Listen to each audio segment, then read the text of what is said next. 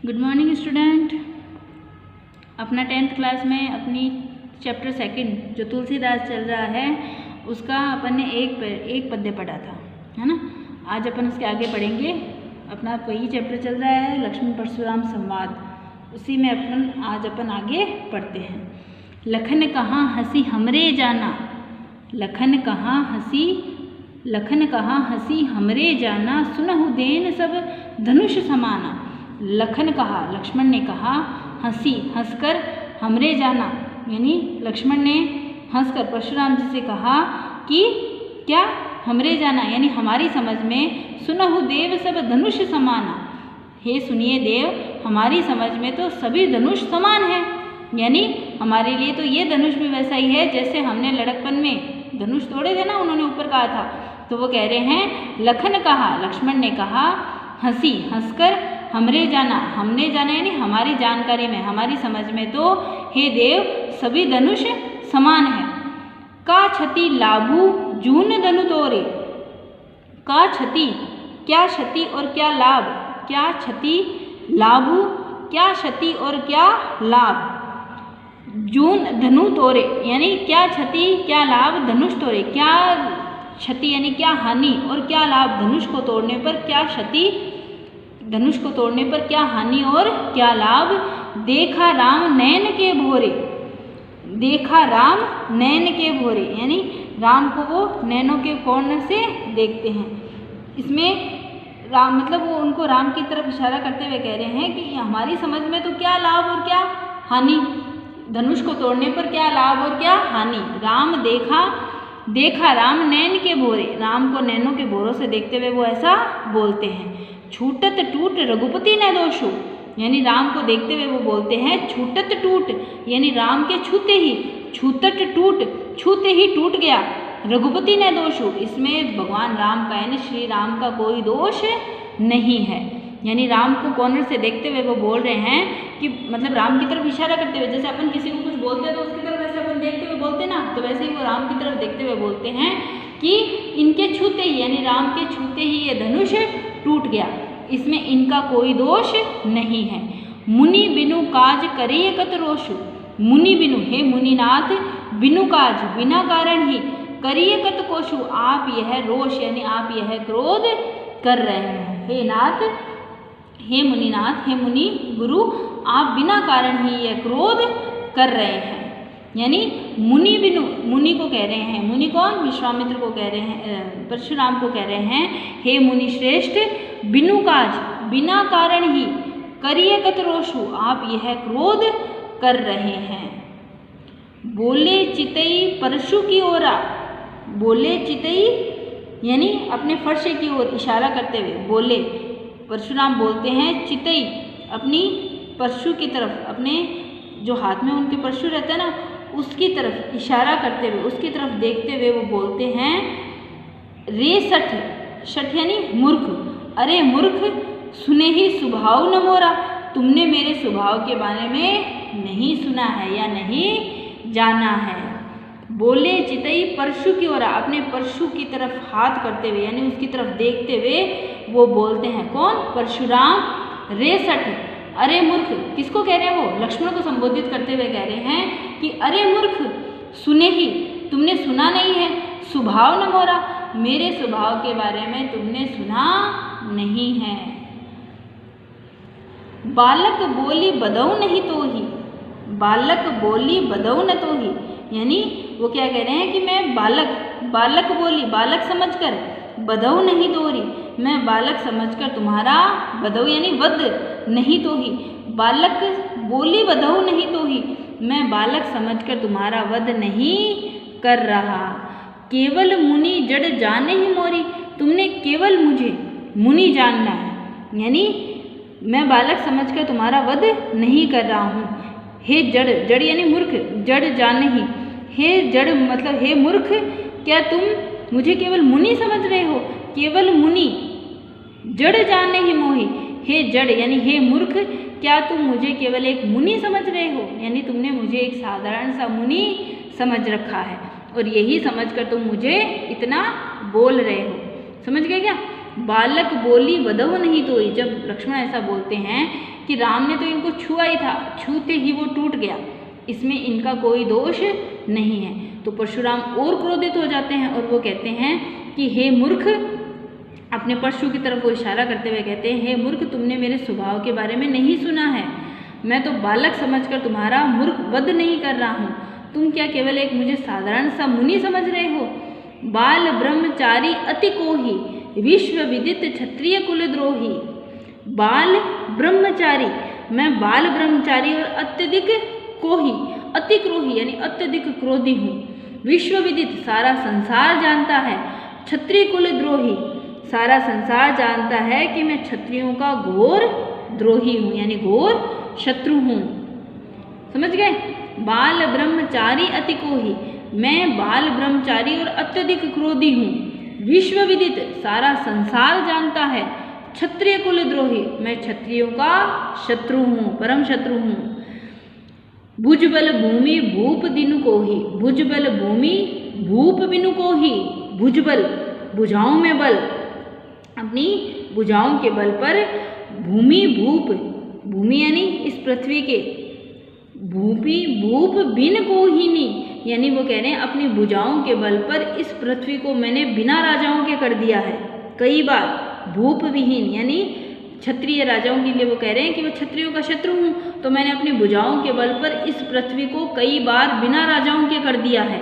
विपुल बार मही देवनी दीना, विपुल बार यानी अनेक बार।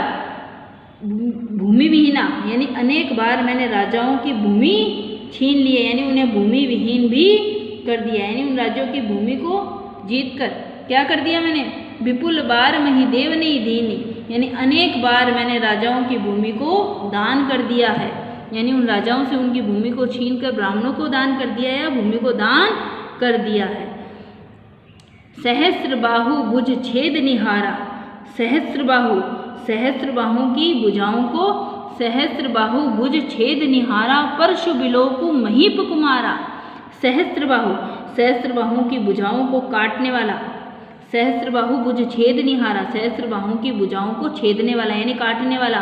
परशु बिलोकी महीप कुमारा, ये मेरा फरसा जो मेरे पास है, यानी वो कह रहे हैं परशु बिलोकी, इस परशु को देखो, महीप कुमारा, ये राजपुत्र, यानी उसको कह रहे हैं कि हे राजकुमार, किसको? लक्ष्मण को संबोधित करते हुए कह रहे हैं कि हे महीप कुमार, हे राजकुमार, सहस्र बाहु को काटने वाले मेरे इस परशे को तुम देखो। बिलोको यानी देखो। मातु पिता ही जनि सोच बस, करसी महीस किशोर, गर्भन के गर्भक दलन, परशु मोर अति घोर। वो कह रहे हैं कि मातु पिता ही जनि सोच बस, यानी माता पिता को अपनी मूर्खता से शोक मत दो। मातु पिता ही जनि सोच बस, यानी अपनी इस मूर्खता से तुम अपने माता पिता को शोक मत प्रदान करो। क्यों? करसी महेश किशोर, हे महेश किशोर, यानी हे महेश यानी राजा, किशोर यानी राजपुत्र, हे राजपुत्र, तुम अपने इस कार्य से अपने माता पिता को शोक प्रदान मत करो। गर्भन के गर्भक दलन, गर्भन के यानी गर्भों में स्थित, जो गर्भों में स्थित शिशु होते हैं, गर्भक के गर्भक दलन, परशु मोर अति घोर, यानी मेरे इस फरसे की अति भयंकर, यानी जो मेरा फरसा है यह अत्यधिक भयंकर है, अत्यधिक विनाशकारी है, और इसके भयंकरता से जो औरतें हैं यानी जो स्त्रियां हैं उनके गर्भ में शिशुओं का मर्दन हो जाता है, यानी उनके शिशु गर्भ में ही समाप्त हो जाते हैं मेरे इस फरसे की भयंकर विनाश से। समझ गए क्या? और वो क्यों कह रहे हैं ऐसे कि तुम अपने माता पिता को शोक मत दो, यानी वो कह रहे हैं कि मैं तुम्हारा वध कर दूंगा, मैं तो तुम्हें एक बालक समझकर छोड़ रहा हूँ, तो तुम अपने इस कार्य से अपने माता पिता को शोक मत प्रदान करो। मेरा ये फरसा है वो इतना भयंकर है, इतना विनाशकारी है कि इसके नाम सुनकर यानी इसकी भयंकरता से जो नारियां हैं उनके गर्भ में ही शिशुओं का मर्दन हो जाता है। आगे समझ में? समझाऊंगी एक बार दोबारा। लखन कहाँ हंसी हमरे जाना, लखन यानी लक्ष्मण मुस्कुराकर हंसकर कहते हैं हम क्या जाने, सुनहु देन सब धनुष समाना, हमारे लिए तो हे देव, हमारे लिए तो सभी धनुष एक समान है। का क्षति लाभ जून धनु तोरे, इस धनुष के टूटने से क्या लाभ और क्या क्षति, यानी क्या हानि और क्या लाभ। देखा राम नैन के भोरे, राम को नेत्रों के भोरों से देखते हुए वो कहते हैं छूटत टूट रघुपति न दोषु, ये तो रघुपति के छूते ही टूट गया, इसमें इनका कोई दोष नहीं है। मुनि बिनु काज, मुनि वो कह रहे हैं, संबोधित करते हुए कह रहे हैं परशुराम को, हे मुनि श्रेष्ठ बिना कारण ही आप तो क्रोधित हो रहे हैं। बोले चितई परशु की ओर, और जब ये बात वो बोलते हैं लक्ष्मण तो परशुराम अपने परशु की ओर देखते हुए बोलते हैं कि हे मूर्ख रेसठ, हे मूर्ख सुने ही, तूने सुना नहीं है स्वभाव न मोरा, तुमने मेरे स्वभाव के बारे में सुना नहीं है। बालकू बोली बदऊ नहीं तोही, मैं तो बालक समझकर, बालकू बोली बालक समझकर, बदऊ नहीं तोही तुम्हारा वध नहीं कर रहा हूँ। केवल मुनि जड़ जान ही मोह, तुम हे जड़ बुद्धि यानी हे मूर्ख, तुम मुझे केवल एक साधारण मुनि समझ रहे हो। बाल ब्रह्मचारी अति कोही, मैं बाल ब्रह्मचारी अत्यधिक क्रोधी ऋषि हूँ। विश्व विदित सारा संसार जानता है क्षत्रिय कुल दोही, कि मैं क्षत्रियों का सबसे बड़ा शत्रु हूँ। भुजबल भूमि, मैंने अपनी भुजाओं के बल पर इस पृथ्वी को भूप बिन कीनी, कितनी ही बार राजाओं के बिना कर दिया है। विपुल बार अनेक बार महीदेनी दीनी, और उनकी भूमियों को दान कर दिया है। सहस्त्र बाहु भुज छेद निहारा, परशु बिलो की महीप कुमारा, हे महीप कुमारा यानी हे राजकुमार, तुम मेरे स्पर्श को देखो जिसने सहस्त्र बाहु की भुजाओं को काटा है। मातु पितु जन सोच बस, हे राजकुमार करसी महिष कुमार यानी हे महिष कुमार यानी हे राजकुमार, तुम अपने इस कार्य से अपने माता पिता को क्यों शोकवश कर रहे हो। गर्भन के गर्भक दलन, परशु मोर अति घोर, मेरा परशा अत्यधिक घनघोर है यानी अत्यधिक विनाशकारी है, जिसकी विनाशकारी शक्ति से माताओं के गर्भ में ही उनके शिशुओं का मर्दन हो जाता है। मतलब इसकी भयंकरता को सुनकर गर्भ में ही शिशु मर्दन हो जाता है, यानी माताओं के गर्भ में ही शिशुओं का मर्दन हो जाता है। अब अपन आगे बढ़ते हैं। बिहसी लखनु बोले मृदबानी, बिहसी लखनु बोले मृदबानी, अहो मुनीश महाभटमानी। वो कह रहे हैं कि किसके लिए कह रहे हैं, बिहसी लखनु बोले मृदबानी, परशुराम के कठोर जो वचन है उनको सुनकर, बिहसी लखन बोले मृदबानी, उनको सुनकर लखन मधुर वाणी में बोलते हैं अहो मुनीश महाभटबानी, कि अहो मुनीश यानी हे मुनि श्रेष्ठ, आप तो महाभटमानी यानी आप तो महान योद्धा है। महाभटमानी, भटमानी यानी योद्धा, आप तो महान योद्धा है।